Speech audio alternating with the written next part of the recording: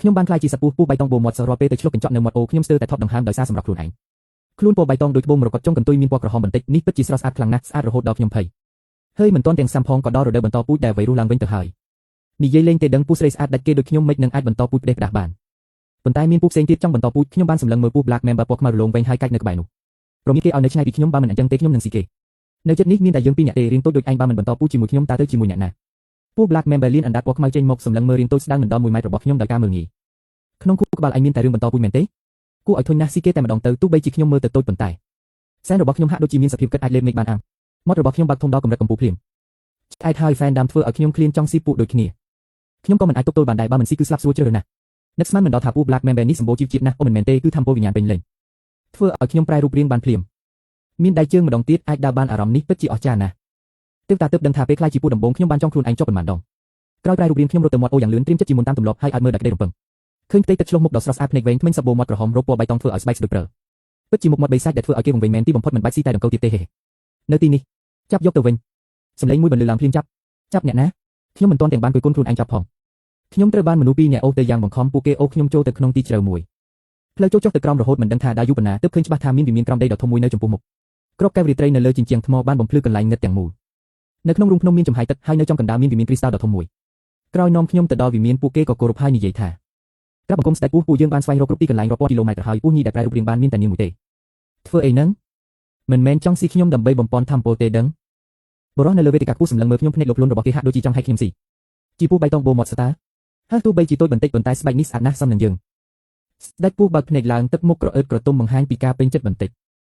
ផងមិនមែនចង់បន្តពូជដែរទេដឹងស្ដេចពស់ក្រោកឈរដើរចុះពីកាំចិនដាវមួយជំហានប្រែទៅជាសត្វពស់ដើមវិញហើយចាប់ដើមរុំជុំវិញខ្ញុំបង្អួតរៀងតាមពិតជាពស់ថ្លាន់មាសសោះពណ៌មាសដូចអ្នកមានថ្មីថ្មោងសមនឹងរកពីដ៏ក្រអឺតក្រទុំរបស់គេណាខ្ញុំគិតក្នុងចិត្តថាបើមិនមែនធម្មពលខ្សោយជាងឯងទេម្លេះដុំមាសដូចឯងខ្ញុំលេបទុកធ្វើជាលុយសន្សំហើ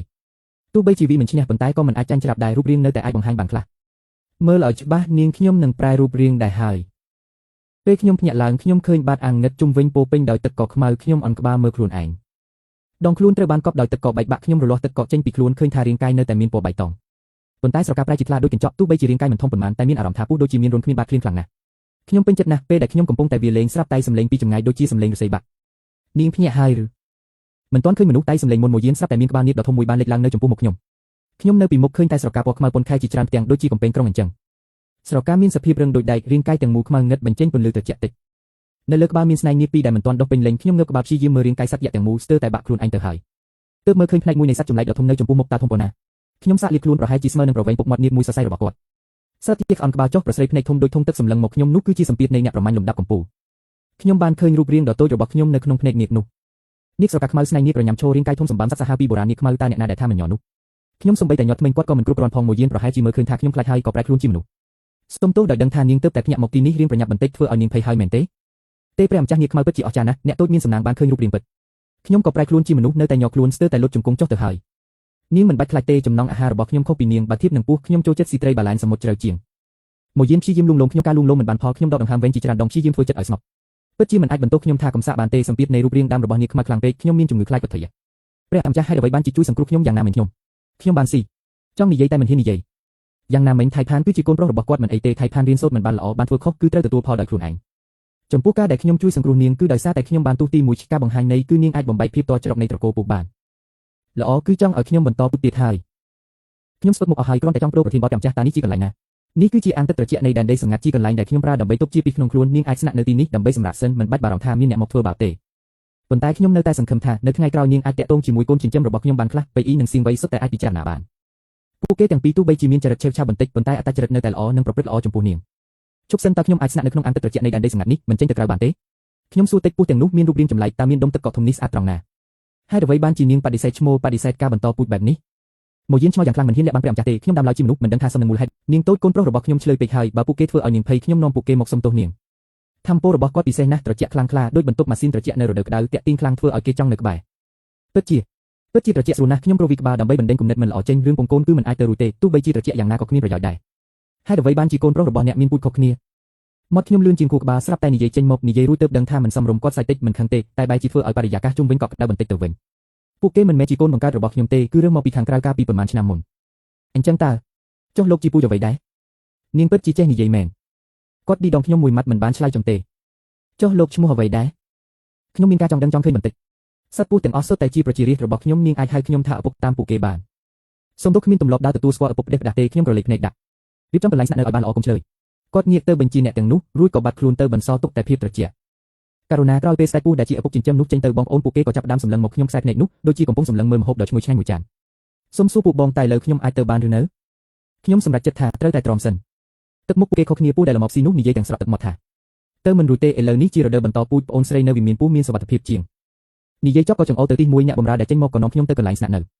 ៅថ្ងៃដែលនៅវិមានពស់ខ្ញុំខំប្រឹងវឹកហាត់រាល់ថ្ងៃខ្លាចថាថ្ងៃក្រោយជួបសត្រូវគ្មានកម្លាំងទល់ត្រូវពួកឈ្មោលដែលស្រីឃ្លានទាំងនោះអូសទៅពងកូនសំណាងល្អដែលវិមានពស់មានគម្ពីរវឹកហាត់ច្រើនធ្វើឲ្យរីកចម្រើនយ៉ាងឆាប់រហ័សថ្ងៃនេះពេលដែលខ្ញុំកំពុងតាំងសមាធិដោយសាដងមានសំឡេងខ្លះបន្លឺចេញពីក្រៅទ្វារហេពួកឯងបានទេខ្លាចជានាគនោះទុំហើយម្ចាស់ជាច្រើនត្រៀមខ្លួនទៅពេលហើយបាននរណាមានសំណាងបានវាមិនត្រឹមតែអាចបង្កើនធម៌ពលឈាមប៉ុណ្ណោះទេថែមទាំងមានឱកាសខ្លាចជានាគទៀតផងតោះទីមើលថានរណានឹងបានវាខ្ញុំដាក់ថ្មវិញ្ញាណ10គ្រាប់ចាក់ខាងម្ចាស់ថៃផានខ្ញុំដាក់20គ្រាប់ចាក់ខាងលោកស្ដេចពស់